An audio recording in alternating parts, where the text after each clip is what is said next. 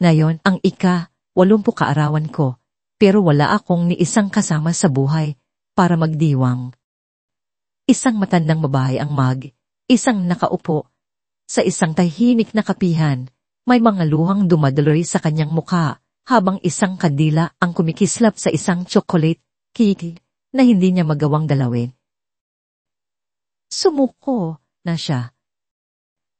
Handa na siyang bumitaw. Ngunit isang naglulukang ama at ang kanyang tahimik na 8 gulang na anak ang pumasok sa pinto. At sa loob ng wala pang 1 minuto, isang kanta mula sa isang estranghero ang sisira sa 3 wasak na puso at babaguhin ang takbo ng kanilang buhay magpakailanman. Bago tayo magpatuloy, maaari niyo po bang ibahagi kung taga saan kayo sa mundo nanonood? Gusto naming makita kung gaano kalayo na nararating ng aming mga kwento. Itinulak ni Marco Reyes ang pinto ng kape at kwentuhan. Nakasunod sa kanya ang anak na si Leo, tahimik gaya ng dati. Ang mga kamay ay nakasuksok sa kanyang bulsa. Miracles noon, 15 ng Marso, at gayos muli si Marco sa trabaho. Isa na namang pagsubok na maabot ang bata na dati tumatawa sa lahat ng bagay, na dati sobrang daldal na kailangan pa niyang paalalahanan na huminga sa pagitan ng mga pangmusap. Ngayon, 10 salita lang siguro ang nabigkas niya mula pa noong almusal. Gusto mo ba ng pangkikis ngayon, anak? Tanong ni Marco. Pinananatiling magaan ang kanyang boses. O yung blueberry, muffins, na nagustuhan mo dati. Tagkibit. Balikat lang si Leo. Nanikit pang dibdib ni Marco. 14 na buwan. 14 na buwan mula nang pumanaw si Clara at ang kanyang anak ay nalulunod pa rin sa katahimikan. Sabi ng therapist, maging pasensyoso. Ang selective mutism pagkatapos ng trauma ay karaniwan sa mga bata. Paliwanag nito. Pero gaano katagal na pasensya ang kailangan ng isang 8 gulang bago siya bumalik? Pumasok sila sa loob ng kapihan. Tahimik ng 10:00 ng umaga. Iilan lang ang mga customer. Ang amoy ng bagong timplang kape, ang mahinang patak ng ulan sa mga bintana. Ighanap si Marco ng mesa, isang lugar kung saan hindi sila masyadong mapapansin. Ayaw ni Leo kapag tinititigan siya ng mga tao. Ngunit biglang huminto sa paglalakad si Leo. Lumingon si Marco. Bakit, anak? Hindi sumagot si Leo. Nakatitig siya sa kabilang dulo ng kapihan. Ang kanyang mga matang kayumanggi ay nakapako sa isang bagay o sa isang tao. Sinundan ni Marco ang kanyang tingin sa isang mesa sa sulok malapit sa bintana. Isang matandang babae ang nakaupo sa isang wheelchair. Ang kanyang puting buhok ay maayos na nakayipit. Nakayuko ang kanyang mga balikat. Sa harap niya ay isang maliit na chocolate cake na may iisang puting kandila. Ang apoy nito ay marahang kumikislap. Hindi gumagalaw ang babae. Nakatitig lang siya sa kandila. Ang mga luha ay tahimik na dumadaloy sa kanyang kulubot na pisngi. Nanikip ang tiya ni Marco. Kilala niya ang itsurang iyon. Nakita na niya iyon sa salamin ng maraming beses. Leo, halika na. Dito, tayo, uupo. Ngunit naglalakad na si Leo palapit sa babae. Leo, teka, hindi huminto ang kanyang anak. Kumabog ang puso ni Marco, abang nagmamadali siyang sumunod. Ngunit narating na ni Leo ang mesa ng babae. Sa loob ng ilang sandali, nakatayo lang doon ang bata, maliit at seryoso, pinapanood ang nasusunog na kandila. At pagkatapos, sa sobrang hina, na halos hindi marinig ni Marco, nagsimulang kumanta si Leo. Happy birthday to you. Natigilan si Marco. Natigil ang kanyang hininga. Ang boses na yon. Ang boses ni Leo. Ang boses na hindi niya narinig sa loob ng maraming linggo. Happy birthday to you. Nag-angat ng tingin ng babae. Gulat. Ang kanyang mukhang puno ng luha ay lumingon sa batang estranghero na nakatayo sa kanyang mesa. Hindi makagalaw si Marco. Hindi makahinya. Kumakanta ang anak niya. Happy birthday, dear. Uminto si Leo, naghihintay. Nanginginig ang mga labi ng babae. Lorna! Bulong niya. Happy birthday, dear Lola Lorna. Happy birthday to you. Natahimik ang buong kapihan. Pati ang barista sa likod ng counter ay napahinto sa pagsasalin. Naramdaman ni Marco na namumuo ang luha sa kanyang mga mata. Tumingin si Leo sa babae kay Lorna, gamit ang mga seryosong kayumangging mata na masyado ng maraming nakita para sa isang 8 taong gulang. Ngayon po, mag-wish kayo, sabi niya ng marahan. Pero dapat po totoong wish, hindi malungkot na wish. Tinitigan siya ni Lorna, ang kanyang mga kulubot na kamay ay nanginginig sa mesa. Anong ibig sabihin ng totoong wish? Itinagilid ni Leo ang kanyang ulo, isipang mabuti. Ang tanong, isang wish para sa isang bagong bagay. Hindi para sa isang bagay na bumalik. Umina ang kanyang boses at nadurog muli ang puso ni Marco. Hindi po gumagana ang mga ganoong wish. Sinubukan ko na. Napasinghap si Lorna. Muling pumatak ang mga luha sa kanyang muka. Paano kung wala na akong bagong wish? Share nyo na lang po yung sa akin.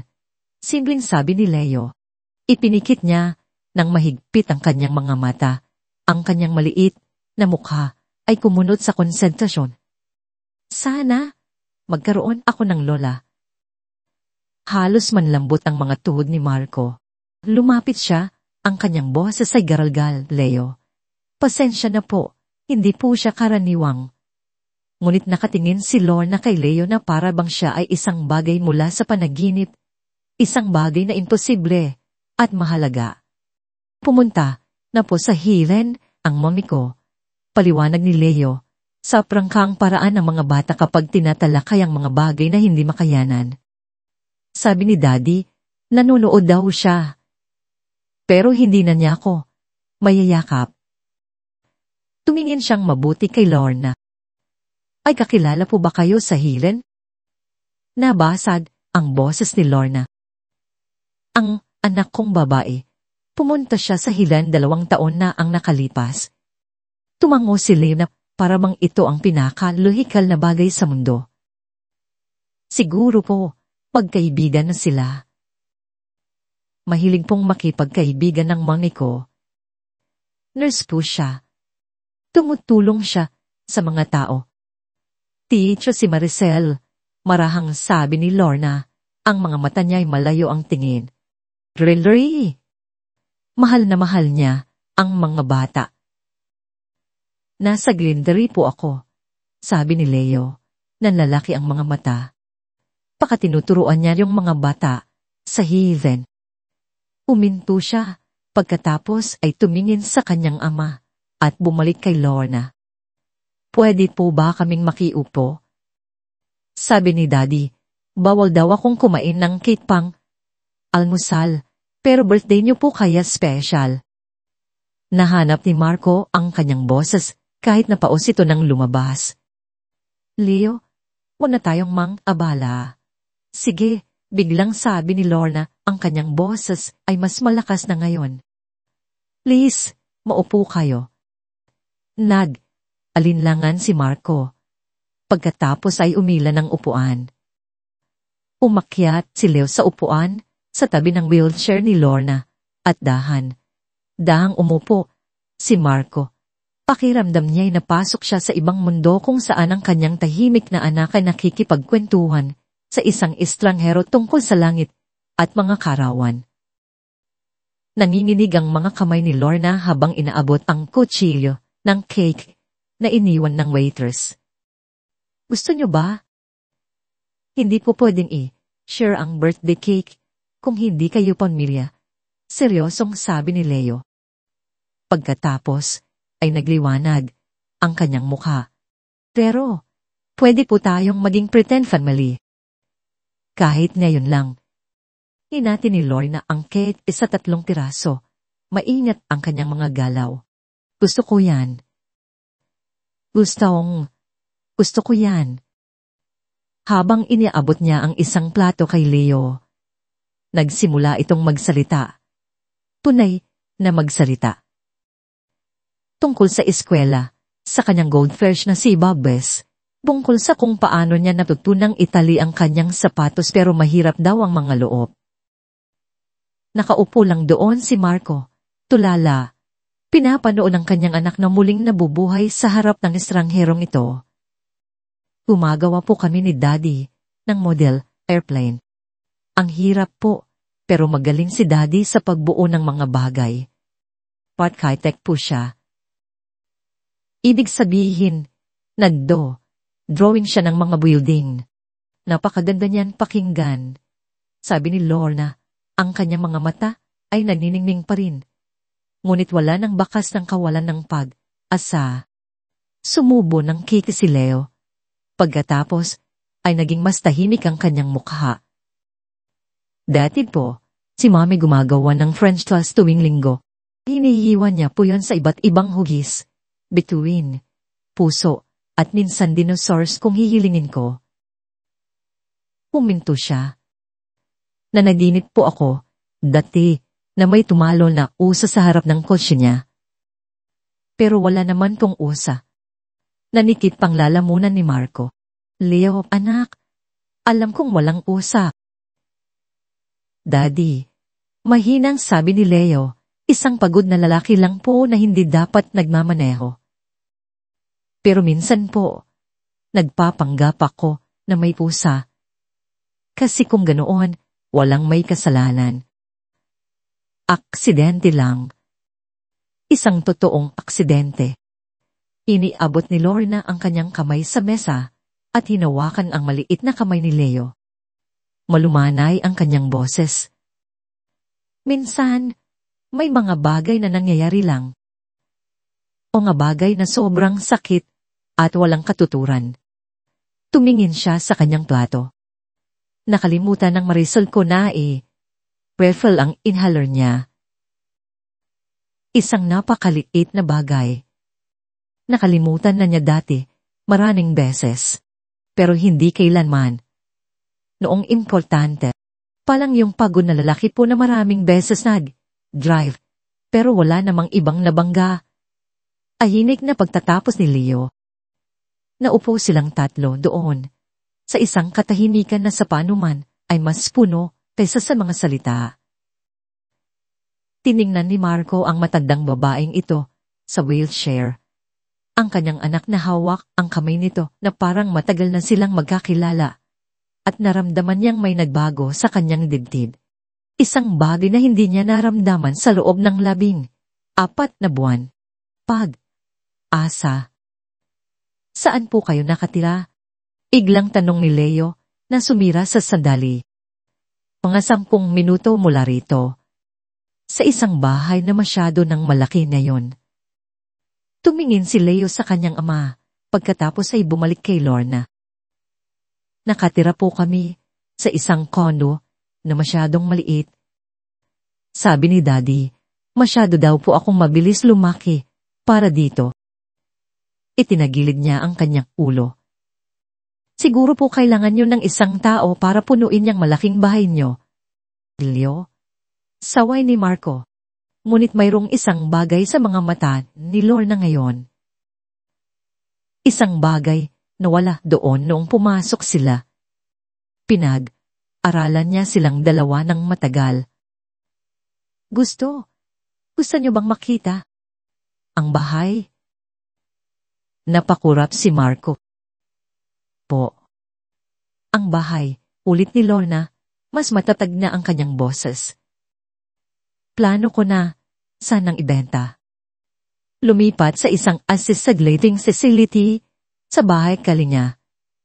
Pero, tumingin siya kay Leo na nakatingin sa kanya ng may seryosong mga mata.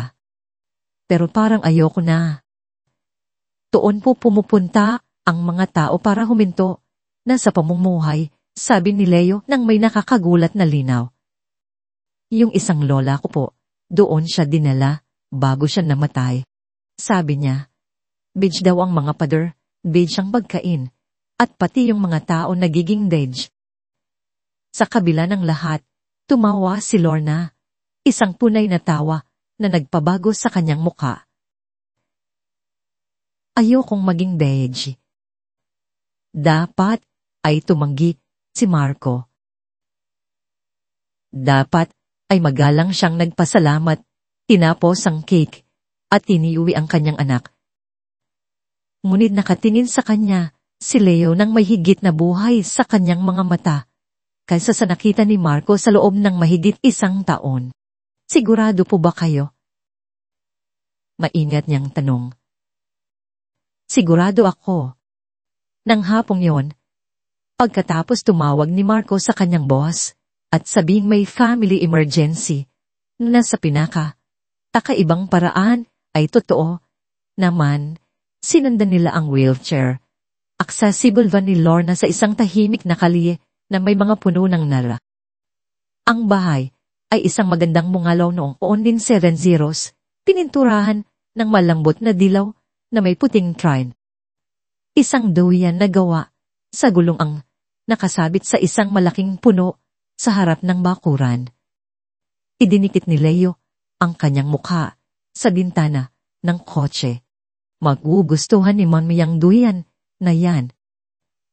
Iyon ang unang beses na binanggit niya si Clara nang hindi nababasag ang kanyang boses. Pinuksan ni Lorna ang pinto at ipinasok ang kanyang wheelchair. Medyo maalikabok. Hindi ko na masyadong naalagaan. Ngunit ang bahay ay hindi maalikabok. Ito ay malinis na malinis, ngunit malungkot. Ang uri ng kalungkutan na dulot ng pagkawala, hindi ng kapabayaan. Agad na nagsimulang mag-explore si Leo. Binubuksan ang mga pinto, sumisilip sa mga silid, sinusubukan ng mga switch ng ilaw. Pwede ko po bang makita sa taas? Ay, teka. Uminto siya, tinitingnan ng wheelchair ni Lorna. May guest room sa palapag na ito at isa pang kwarto na dati sa anak ko. Dinala niya sila sa isang pasilyo. Ang unang pinto ay bumukas sa isang silid na tiya tumigil sa panahon.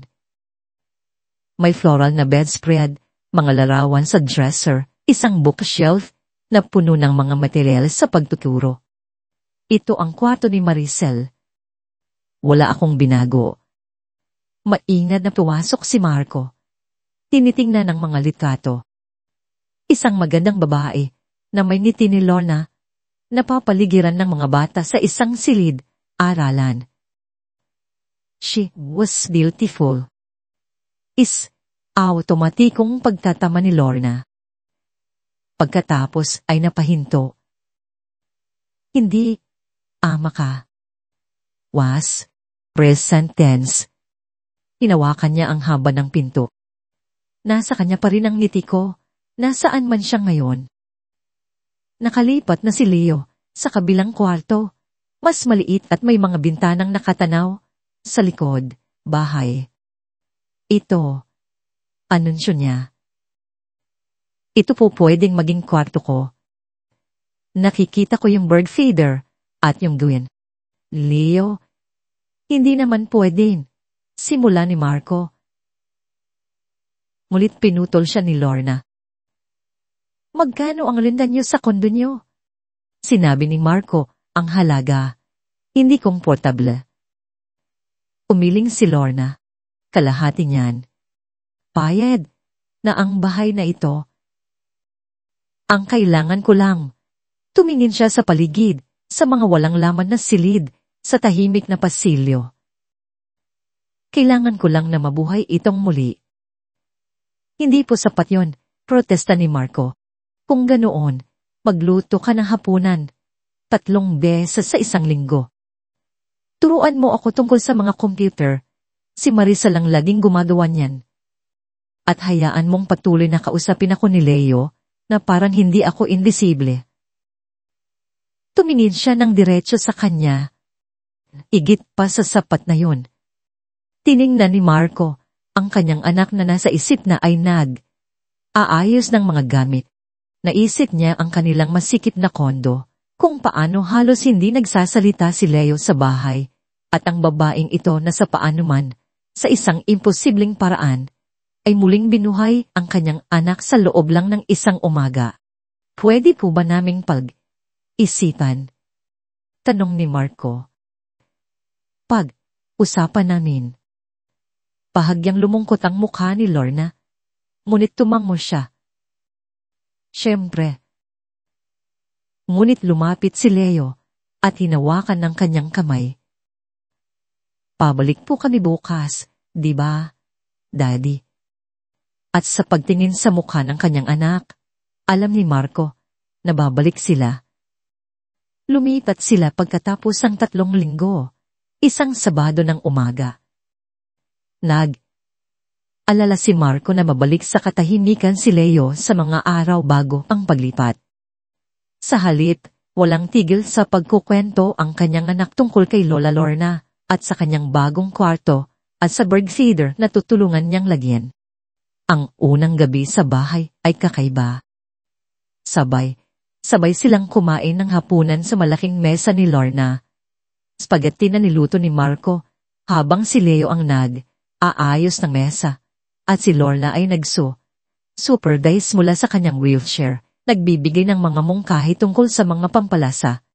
Lagi naglalagay si Maricel ng isang kurot na asukal sa sauce, sabi niya, para mabawasan ang asin. Dinagdag ni Marco ang asukal. Mas sumarap ang sauce. Pagkatapos ng hapunan, tinulungan ni Leo si Lorna sa paghuhugas ng pinggan. Nakatayo sa isang maliit na bangko para maabot ang lababo.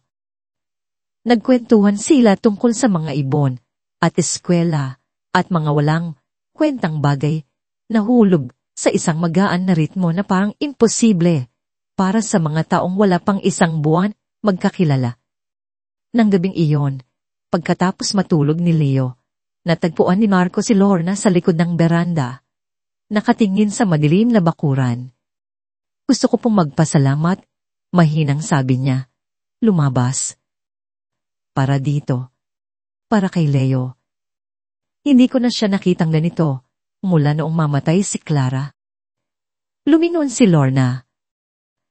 Ako dapat ang magpasalamat sa inyo. 3 linggo na ang nakalipas, nagsusulat ako ng sulat, para sa bahay Kalinga. Handa na akong sumuko. Nabasag ang kanyang boses. Ang anak mo ang nagligtas sa buhay ko. Iniligtas din niya ang sa akin, sabi ni Marco. Hindi ko lang alam na kailangan ko rin palang maligtas. Naupo sila sa komportabling katahimikan, pinakikinggan ng matunog ng gabi. Kwentuhan niyo po ako tungkol kay Maricel, sabi ni Marco. At nagkwento nga si Lorna tungkol sa tawa ng kanyang anak, kung paano niya gustong maging guro mula pa noong 5 taong gulang siya. Tungkol sa hika na dati kontrolado, hanggang sa bigla na lang, hindi na. Tungkol sa uwi niya at makita ang mga paramedic sa kanyang dry luway. Tungkol sa walang lamang inhaler sa banyo. Tungkol sa bigat ng konsensya, nang hanggang ngayon ay dinadala niya. Nasa physical therapy ako noon. Pinag-aralan kung paano gamitin ang wheelchair. 6 na buwan pa lang akong paralisado noon. Spinal stroke. Isang umaga, nagising na lang ako na hindi ko maramdaman ang mga binti ko. at si Maricel ang nag-aalaga sa akin. Pagod na pagod at stressed, at nakalimutan niyang i-refill lang reseta niya. Nabasag ang boses ni Lorna. Kung hindi lang ako naparalisa, kung hindi lang siya sobrang pagod sa pag-aalaga sa akin. Wag po, Mariin, sabi ni Marco. Wag niyo pong gawin yan sa sarili niyo. Namatay si Clara dahil nakatulog ang isang lalaki sa manibela. Namatay si Maricel dahil inatak siya ng hika. Wala sa mga iyon ang kasalanan niyo o kasalanan ko. Alam niya ng isip mo, pero ang puso mo. Mas matagal makahabol ang puso mo. Pagtatapos ni Marco, alam ko po. Nagkaintindihan sila sa paraang hindi na nangailangan ng karagdagang salita. Ang mga linggo ay naging buwan. Nabuo ang mga gawain ng natural. Nag-aalmusal si Leo, kasama si Lola tuwing umaga, bago pumasok sa eskwela. Cereal at orange juice habang pinapanood nila ang mga ibon sa feeder. Tinuruan niya si Leo ng kanilang mga pangalan, Maya, Pipit, Tat. Pagkatapos ng klase, gagawin ni Leo ang kanyang homework sa hapag. Kainan habang si Lorna ay nagbabasa sa malarik. Minsan, tahimik silang nagtatrabaho. Minsan, nagtatanong si Leo tungkol sa math o spelling at tinutulungan siya ni Lorna na lutasin ang mga problema. Tuwing weekend, tinuruan ni Marco si Lorna kung paano gamitin ang laptop na naiwan ni Maricel. Mabagal siyang matuto. Naiinis sa teknolohiya, pero matiyaga. Sa kalaunan, natutunan niya ang email, online banking, at kung paano mag-video call sa kanyang pinsan sa Cebu. Magaling po pala kayo dito, sabi ni Marco kay Lorna isang hapon habang tinutulungan niya itong mag-set up ng grocery delivery account. Sa pagtuturo, ibig kong sabihin, nakuha niyo ang pasensya ni Maricel. Ang komento ay tumatak kay Lorna nang higit pa sa inaakala ni Marco. Ang pagbabago ni Leo ay kapansin-pansin. Tumawag ang kanyang guro, si Ginang Cruz, isang hapon. Nag-aalala po ako, sabi nito. Naging kinukwento ni Leo ang lola niyang si Lorna. Pero hindi ko po siya nakikita sa listahan ng emergency contacts niya. Gusto ko lang pong siguraduhin. Gumagawa po ba siya ng isang fantasy relationship para makayanan ang pagkamatay ng kanyang ina? Inimbitahan ni Marco si Ginang Cruz para maghapunan noong sumunod na linggo.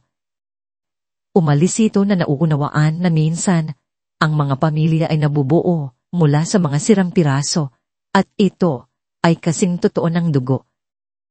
Ang selective mutism na nag-aalala sa kanyang therapist ay nagsimulang maglaho. May mga tahimik pa ring araw si Leo, mga araw na sobrang miss niya si Clara, na parang imposible ang mga salita. Ngunit hindi siya pinilit ni Lorna. Umupo lang ito kasama niya, hahayaan siyang sumandal sa kanyang wheelchair, at sabay nilang papanoorin ang mga ulap.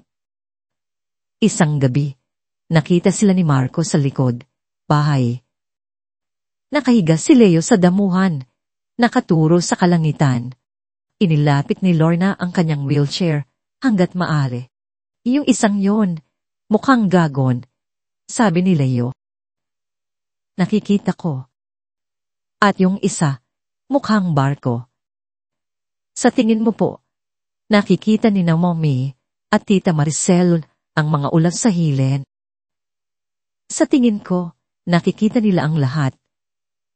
Malumanay na sabi ni Lorna, kasama na kung gaano kakatapang. Hindi ko po nararamdaman na matapang ako. Ang mga pinakamatapang na tao, hindi nila yon nararamdaman. Nakatayo si Marco sa bintana, pinapanood sila, at naramdaman niyang namumuo ang luha sa kanyang mga mata. Kinuha niya ang kanyang telepono, at nag-text sa kanyang therapist. Sa tingin ko, magiging okay na kami. 18 buwan pagkatapos ng umagang iyon, sa kapihan, iminungkay ng therapist ni Marco na subukan niya ang isang support group. Ilang buwan siyang tumanggi. Ngunit sa huli ay nakumbinsi siya ni Lorna. Matagal mo nang inaalagaan si Leo. At ako. Kailan mo naman aalagaan ang sarili mo? Nagkitsita ang grupo tuwing Martes ng gabi sa isang community center. Halos 3 beses na lumingon pabalik si Marco sa biyahe, ngunit pinilit niya ang sarili na pumasok. Nakahanap siya ng upuan sa gitnang bilog ng mga silya at sinubukang huwag maramdaman na tinatrador niya si Clara sa pagpunta doon. Pinaikot ng fasilitator ang usapan, hinihiling sa mga tao na magpakilala at magbahagi kung komportable sila kung sino ang nawala sa kanila. Nang dumating sa babaeng katabi ni Marco, uminga ito ng malalim. Ako si Bea, sabi niya. Matatag ang kanyang boses, ngunit malungkot. Nawala ang fiancé ko, 2 taon na ang nakalipas. Wak, kribing aksadan. Dapat, ikakasal na kami noong summer na yon. Pagkatapos ng sesyon, nakita ni Marco ang sarili sa tabi niya sa coffee station. First time mo? Tanong ni Bea, nagbubuhos ng creamer sa kanyang tasa. Halata ba? Pahagya siyang ngumiti. Para ka kasing tatakbo palabas, anumang oras. Halos ginawa ko na 3 beses. Tumakbo talaga ako sa unang 2 beses na pumunta ako. Sa pangatlo, pinilit kong manatili. Nakatulong naman. Nag-usag sila ng 20 minuto sa pasilyo na iyon tungkol sa pagkawala at pagkakasala at ang kakaibang pakiramdam ng pagtawa muli. Tungkol sa kung paano ang kalungkutan ay isang karagatan na minsan ay hinihila ka sa ilalim ng walang babala.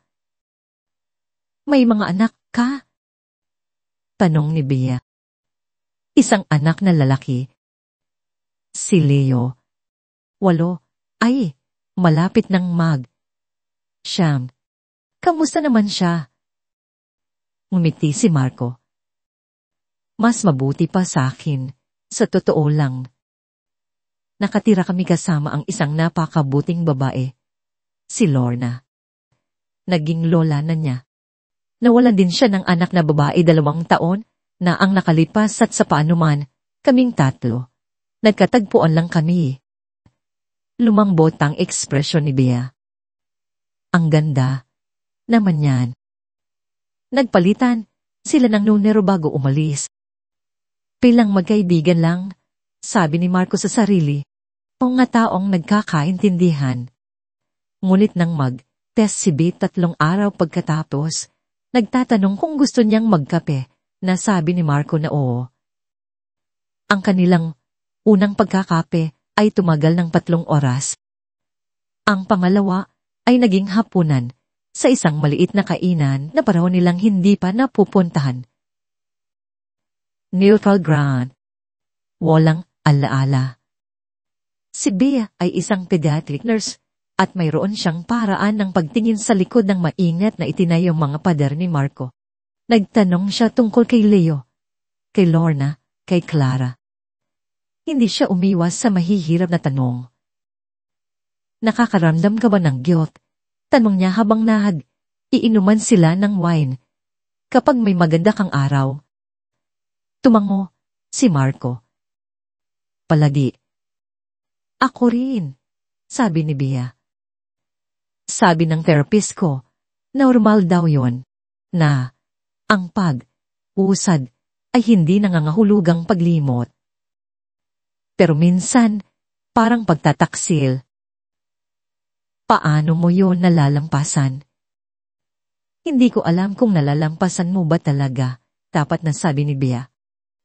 Sa tingin ko, natututunan mo lang dalhin ito ng iba. Sa kanilang ikatlong date, nagtatanong na si Leo kung kailan pupunta si Tita Bea para sa hapunan ng linggo. Kinakabahan si Marco na buksan ang usapan, ngulit masigasig si Lorna. Imbitahin mo siya? Agad na sabi ni Lorna. Sino mang nagpapangiti sa'yo ng ganyan ay welcome sa mesang ito? Hindi naman. Hindi kami. Kapilang yun. Utal ni Marco. Tinaasan siya ng kilay ni Lorna. 3 beses ka nang nagkape na yung linggo? At hindi ka naman mahilig sa kape. Nahuli siya doon. Tumating si Bea para maghapunan noong sumunod na linggo. Nagdala siya ng mga bulaklak para kay Lola at isang Lego set para kay Leo. Sa loob ng ilang minuto, tumatawa na siya sa mga biro ni Leo at nagtatanong kay Lorna tungkol sa kanyang hardin. Pagkatapos ng hapunan, habang naglilinis si Marco, natagpuan niya si Leo at Lorna sa sala, nagbubulungan. Mabait siya, sabi ni Leo. Hindi niya sinusubukang maging si Mami. Siya lang ang sarili niya. At ano ang nararamdaman mo tungkol diyan? Naingat na tanong ni Lorna. Pinag-isipan niya ito ng seryoso. Parang, pwedeng maging masaya ulit si Daddy nang hindi kinakalimutan si Mami. Parang, kung paano ka masaya sa amin nang hindi mo kinakalimutan si Tita Maricel. Niyakap siya ni Lorna. Napakatalino mo para sa isang malapit ng mag-siyam. At napakalakas mo po para sa isang naka-wheelchair, sagot ni Leo. Lahat tayo ay mas malakas kaysa sa inaakala natin, sabi ni Lorna. Pinapanood si Marco sa may pinto. Pati na ang daddy mo. 2 taon pagkatapos ng kaarawan na yon, sa kapihan, sa isang perpetong gabi ng Abril, tinanong ni Marco si Bea na pakasalan siya. Pilano niya ito kasama sina Leo at Lorna sa loob ng maraming linggo. Magkakasama silang nagtanim ng isang hardin ng rosas. Si Lorna ang nagsu-superlace habang si Leo at Marco ang naghuhukay. At nang mamulaklak ang mga rosas, alam ni Marco na oras na. Natatakot siya, natatakot na masyado siyang mabilis na hindi pa anda si Leo na sa paano man ay binubura niya ang alaala ni Clara. Ngunit hinawakan ni Lorna ang kanyang kamay isang gabi at sinabi ang isang bagay na nagpabago sa lahat. Gugustuhin ni Clara na maging masaya ka, mariing sabi nito. At higit sa lahat, gugustuhin niyang makita ni Leo na hindi natatapos ang pag-ibig kapag may namatay. Nagkakaroon lang ito ng puwang para sa mas marami pa. Kaya sa gabing iyon ng Abril, habang nanonood sina Leo at Lorna mula sa beranda, lumuhod si Marco sa hardin at hiniling kay Bea na maging asawa niya. Sinabi niya ang oo bago pa man niya matapos ang tanong. Tumakbo si Leo pababa mula sa beranda. Niyakap silang dalawa. Magkakaroon ka na ng mommy, sigaw ni Lorna mula sa wheelchair. Nagniningning ang kanyang mangmamata. Alam ko po, sabi ni Leo. Tumitingin kay Bea. Pero hindi ko po mawawala ang mommy ko. Nasa hilan pa rin po siya, siguro masaya na nakahanap si Daddy ng mabait. At hindi po mawawala si Lola Lorna kay Tita Maricel. Tumingin siya sa kanilang lahat. Nadadagdagan lang po tayo. Kailan ka pa naging ganito katalino? Tanong ni Bea, ginugulo ang kanyang buhok. Nang ituro po sa akin ni Lola Lorna na ang pag-ibig ay hindi parang cake, sabi ni Leo. Inuulit ang isang bagay na sinabi sa kanya ni Lorna ilang buwan na ang nakalipas. Hindi nababawasan ang para sa isang tao sa pamamagitan ng pagmamahal sa iba. Gumagawa ka lang ng mas maraming pag-ibig. Nang gabing iyon, pagkatapos matulog ni Leo at umuwi na si Bea, naupo si Marco, kasama si Lorna sa beranda. Salamat po, mahinang sabi niya. Para saan? Sa pagtuturo sa kanya niyan. sa pagtuturo sa akin yan. Umiling si Marco. Akala ko, ang pagmamahal sa bago pa'y pagtataksil kay Clara. Pero hindi pala. Hindi, sabi ni Lorna. Ibig sabihin, pinararangalan mo siya sa pamamagitan ng hindi pagpapalamon sa kalungkutan. Ibig sabihin, ipinapakita mo kay Leo na kahit pagkatapos ng matinding pagkawala, pwede pa ring maging maganda ang buhay. Naupo sila sa komportableng katahimikan, nakikinig sa mga ibon sa gabi. Magsasalita po ba kayo sa kasal? Tanong ni Marco. Nanlaki ang mga mata ni Lorna. Ako, pamilya po kayo, simpleng sabi ni Marco. Ang pinakamahalagang pamilya. Nabasag ang boses ni Lorna. Isang karangalan. Maliit lang ang kasal, malalapit na kaibigan, at pamilya lang sa isang garden venue. Si Leo, ang ring bearer, solemnly, na naglalakad sa pasilyo na may unan na tinahi mismo ni Lorna. Nang oras na para sa mga talumpati, ipinwesto ni Lorna ang kanyang sarili sa harap. Pahagyang nanginginig ang kanyang mga kamay habang binubuklat ang kanyang papel, ngunit matatag ang kanyang boses. 3 taon na ang nakalipas simula niya, nakaupo ako sa isang kapihan na may birthday cake at iisang kandila. Handa ng sumuko. Nawala sa akin ang aking anak, ang aking kakayahang maglakad, at ang aking kagustuhang mabuhay. Ilang araw na lang sana, bago ako pumasok sa isang pasilidad para hintayin ang katapusan. Natahimik ang maliit, nagupo, nakikinig. Pagkatapos, isang maliit na bata ang lumitaw at kumanta ng happy birthday sa isang estranghero. Sinabi niya sa akin na gumawa ng isang totoong wish, hindi isang malungkot na wish. Isang wish para sa isang bagong bagay, hindi para sa isang bagay na nawala. Tumingin si Lorna kay Leo na nakaupo sa unang hilera, hawak ang kamay ni Marco. Ang batang iyon at ang kanyang ama ay hindi lang umupa ng mga silid sa aking bahay. Ibinalik nila ang aking kagustuhang mabuhay. Sila ang naging pamilya na akala ko hindi ko na muling magkakaroon. Si Marco, ang naging anak na aalaga sa akin araw, na natutong lutuin ang sopas ni Marisol kapag may sakit ako, na nagtiwala sa akin sa kanyang mahal na anak. Si Leo, ang naging apo na hindi na ibigay sa akin ni Marisol, pinupuno ang aking mga araw ng mga tanong at awanan at ang uri ng dalisay na pagmamahal na mga bata lang ang makapagbibigay. Lumingon siya kay Bea na nagpupunas ng kanyang mga mata. At ngayon, si Bea ay sumasama sa aming pamilya. Hindi bilang isang kapalit. Hindi natin pinapalitan ng mga taong nawala sa atin. Pinararangalan natin sila sa pamamagitan ng aaral na magmahal muli sa pamamagitan ng pagbuo ng isang bagay na maganda mula sa abon ng ating karungkutan. Lalong lumakas ang boses ni Lorna para kay Marco, na nagpakita sa akin na ang mga amat ay maaaring maging bayani sa simpleng pagpapakita araw.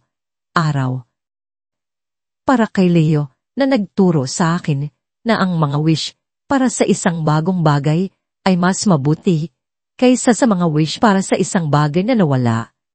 Para kay Bea, na nagpapatunay na ang mga puso ay maaring lumawak kahit na pagkatapos masila. Uminto siya, tumingala sa langit. At para kina Marisol at Clara, na naniniwala akong orkestra ng lahat ng ito mula sa langit. Marahil ay nagkakape at nagtatawanan kung gaano katagal bago natin naintindihan ang lahat. Walang tuyong mata sa hardin. Pagkatapos ng seremonya, nakita ni Leo si Lorna sa tabi ng mesa ng cake. Ang ganda po ng speech nyo, Lola Lorna.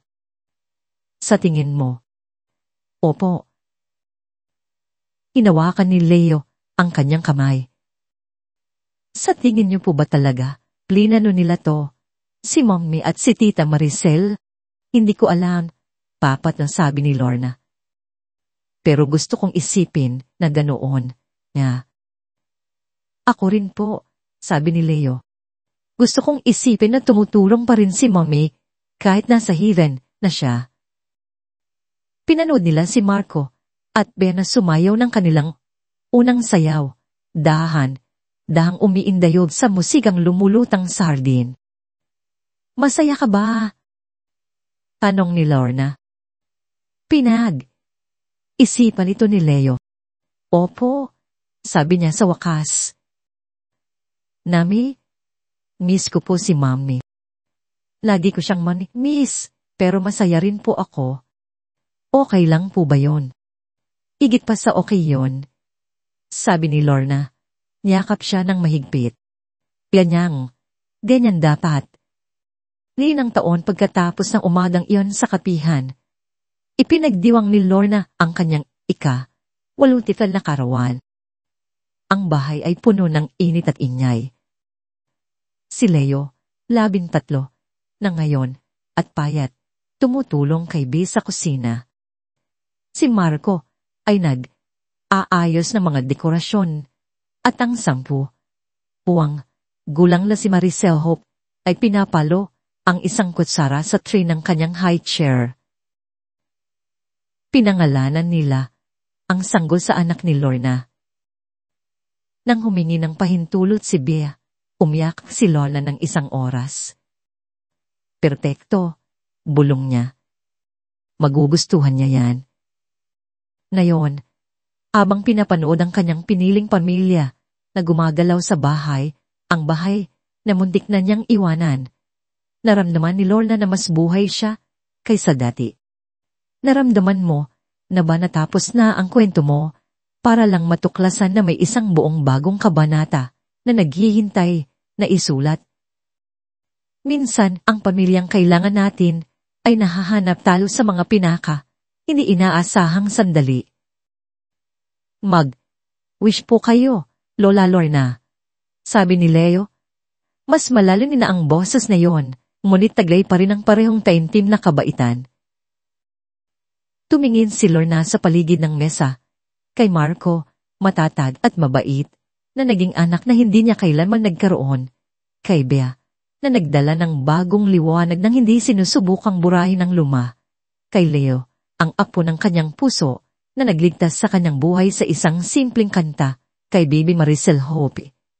Masayang gurdl, ipinangalan sa anak na nawala sa kanya, at sa damdaming natagpuan niya. Hindi ko na kailangan ng mga wish, sabi ni Lorna, hinihipan ng kandil. Nasa akin na ang lahat. Nang gabing yon, pagkatapos matulog ng lahat, naupo si Lorna sa likod ng beranda, yung may wheelchair, na ipinagawa ni Marco noong unang linggo nila. Naisip niya, ang umagang iyon, sa kapihan, ang keke na hindi niya makain, ang kandilang hindi niya mahitan, ang wish na hindi niya magawa. Naisip niya ang sulat para sa bahay kalinga, na nasa isang drawer pa rin sa isang lugar, hindi kailanman na ipadala. Isang ilaw ang bumukas sa kusina. Lumitaw si Leo ilang sandali pagkatapos na may dalang 2 tasa ng chocolate, ang makapal na klase. Hindi ang powder mix na itinuro niya kung paano gawin.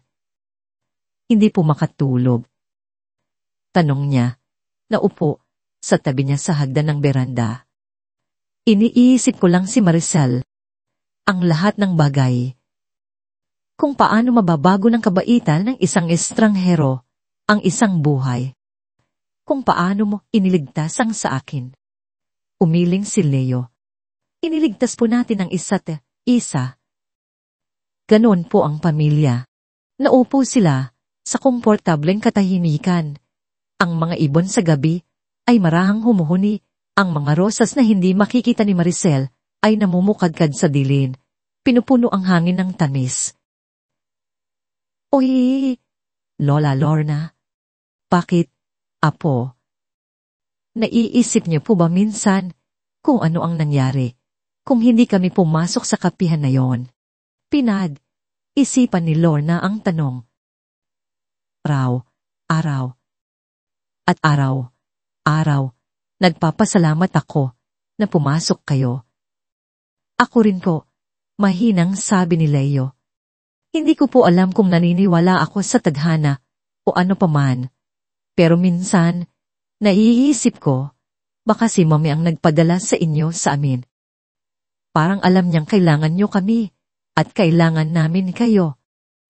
Marahil na, sabi ni Lorna, inaabot ang kamay para pisilin ang kamay niya. Marahil na. Nabuhay si Lorna ng 7 taon pa pagkatapos ng kaarawang iyon. 7 taon ng panonood kay Leo, na lumaki bilang isang maalalahanin at mabait na binata. 7 taon ng pagtulong kina Marco at Bea sa pagiging magulang. 7 taon ng mga hagikik ng sanggol, mga gastas na tuhod at mga kwento bago matulog. 7 taon ng mga hapunan ng pamilya, mga holiday at mga ordinaryong Maltese na parang pambihira dahil lang magkakasama sila. Nandoon siya nang magtapos si Leo ng high school na may karangalan, nagbigay ng talumpati tungkol sa mga piniling pamilya at pangalawang pagkakataon na halos kalahati ng auditorium ay napaiyak. Nandoon siya nang unang humakbang si Marisal, tumatakbo sa saladiretso sa wheelchair ni Lorna. Pareho silang tumatawa. Nandoon siya nang salubungin ni Bea at Marco ang kanilang pangalawang anak, isang lalaking nagngangalang Tomas Diyos, na parangal sa parehong lolo na hindi makikilala ni Leo at Marisal.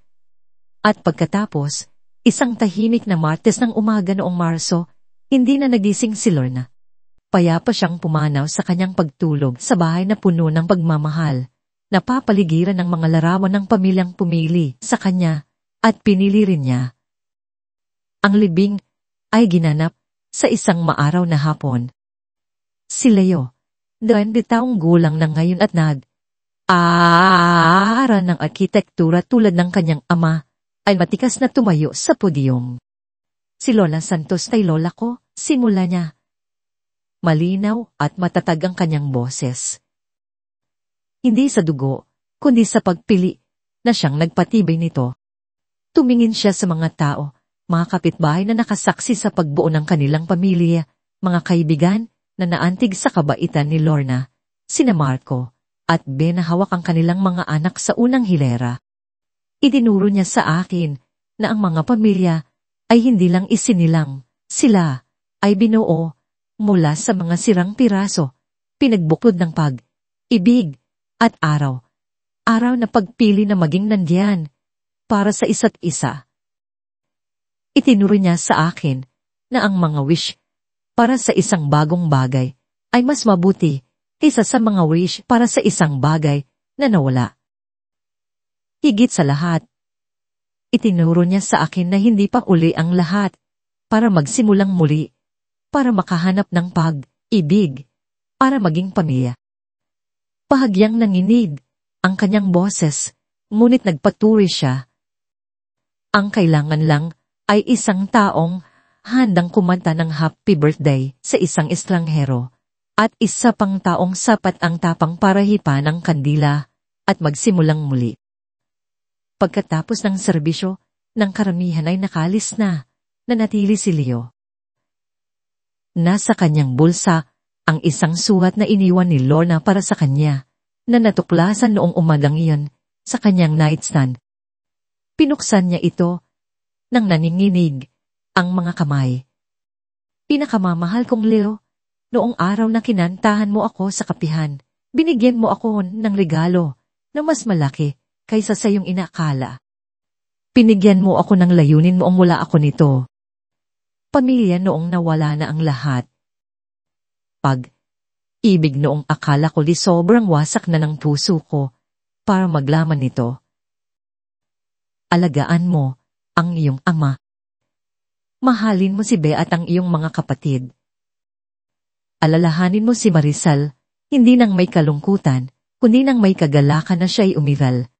At kapag nakakita ka ng isang taong isang nakaupo na may birthday cake at iisang kandila. Tandaan mo na minsan ang kailangan lang para mailigtas ang isang buhay ay ang pagpapakita at pagkanta. Nagmamahal, Lola Lorna T. Sa iyo na ang bahay kapag handa ka na. Punuin mo ito ng pamilya, dugo man o pinili, hindi mahalaga. Basta punuin mo ito ng pag-ibig. Maingat na tinubi ni Leo ang sulat at inilagay sa album na ginawa niya para sa kanya maraming taon na ang nakalipas, ang may pamagat na ang kwento ng aming pamilya. Idinagdag niya ito pagkatapos mismo ng huling litrato. Si Lorna sa kanyang ika-14 na kaarawan, napapaligiran ng pamilya, hinihipan ng isang kandila sa isang chocolate cake. Ang kanyang hiling ay natupad na. 3 buwan, pagkatapos ng libing, tumayo si Leo sa harap ng bahay sa Nara Street. Kanya na ang bahay na yon. Medyo kumupas na ang dilaw na pintura at ang duyan na gawa sa gulong ay nakasabit pa rin sa puno ng Nara, lumanang ngunit matibay. Lumitaw si Marco. Sa tabi niya, may dalang kahon mula sa muling crack. Sigurado ka na ba rito? Tanong ng kanyang ama. Pwede ka munang tumira sa amin hanggang matapos mo ang koleyo. Makatipid ng pera. Umiling si Leo. Gusto ni Lola na sa akin ito mapunta. Para punuin ang pamilya. Bahagya siyang mumiti. Saka, may roommate na ako. Si Marcos, aklasiko sa architecture. Komplikado ang sitwasyon ng pamilya niya. Kailangan niya ng matutuluyan. Ibinaba ni Marco ang kahon at niyakap ang kanyang anak. Ipagmamalaki kanya. Pinagpapatuloy mo ang tradisyon. Anong tradisyon? Ang pagbubukas ng iyong tahanan sa mga taong nangangailangan ng pamilya. Tiningnan ni Leo ang bahay, ang beranda kung saan niya ginugol ang hindi mabilang na gabi kasama si Lorna, ang bintana ng dati niyang silid, ang hardin kung saan propose ang kanyang ama kay Bea. Hindi naman talaga ito bahay ko, mahinang sabi ni Leo. Bahay natin ito. Naging magiging sa inyo, kina Tita Bea, kay Maricel, kay Tomas, sa akin, at kay Lola Lorna. At kina Mami, at Tita Maricel yung original. Huminto siya. Kahit yung mga taong wala na rito, bahagi pa rin sila nito. Tama ka diyan, sabi ni Marco, habang nagbubuhat sila ng mga kahon sa loob. May napansin si Leo na hindi niya kailanman binigyan ng pansin dati. Isang maliit na ukit sa rehas ng deranda, napakalabo na halos hindi niya makita. Lumuhod siya. Sinusundan ang mga letra gamit ang kanyang daliri. Ang pag-ibig ay hindi cake. Ngumiti si Leo. Kahit sa kamatayan, tinuturuan pa rin siya ni Lorna. Nang gabing iyon, pagkatapos maipasok ang huling kahon, naupo si Leo sa likod ng beranda na may tasa ng tsoklat. Hindi dahil uhaw siya, kundi dahil iyon ang nararapat. Isang maliit na ritual para parangalan ang babaeng nagturo sa kanya na ang pamilya ay isang bagay na binubuo, isang pagpili sa bawat pagkakataon. Vibrate ang kanyang telepono. Isang text mula sa kanyang ama, kamusta ang pakiramdam? Isip si Leo saglit, pagkatapos ay kapit pabalik, parang tahanan. Parang dito talaga ako dapat. Tuminala siya sa mga bituin. Iniisip kung sa isang lugar doon ay nanonood si Lorna at ang kanyang ina at si Maricel. Iniisip kung alam nila kung gaano kalaki ang naging epekto ng kanilang buhay at kamatayan sa kanya. Salamat po, bulong niya sa kalangitan ng gabi. Para sa lahat. Humihip ang hangin sa mga rosas, at sa isang sandali, halos manumpa si Leo na narinig niya ang boses ni Lorna. Walang anuman, Apo. Ngayon, mabuhay ka. Tunay na mabuhay. At gagawin niya iyon. Hindi lang para sa kanyang sarili, kundi para sa kanilang lahat. Para sa pamilyang Meging, sa pamilyang naririto, at sa pamilyang darating pa. Dahil iyon ang ginagawa mo kapag binigyan ka ng pangalawang pagkakataon sa buhay. Pinararangalan mo ito sa pamamagitan ng pamumuhay ng lubos, pamamahal ng malayin, at pagpapanatiling bukas ng pinto para sa susunod na taong nangangailangan ng lugar na pag-aari.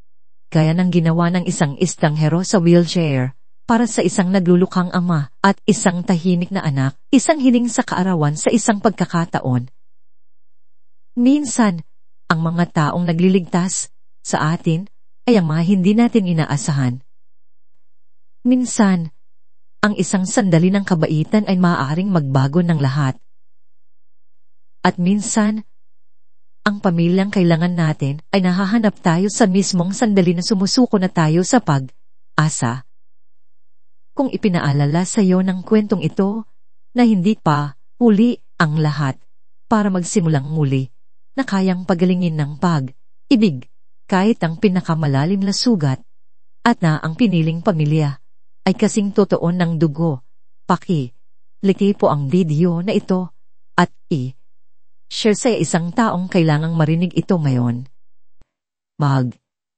Iwan ng komento sa ibaba na nagsasabi tungkol sa isang pagkakataon na may dumating para sa iyo noong kailangan mo sila. Pinabasa namin ang bawat isa. At huwag kalimutang mag-subscribe sa Everbells Stories para sa mas marami pang nakakaantig na kwento na nagpapaalala sa atin kung ano ang ibig sabihin ng pagiging tao. Hanggang sa susunod.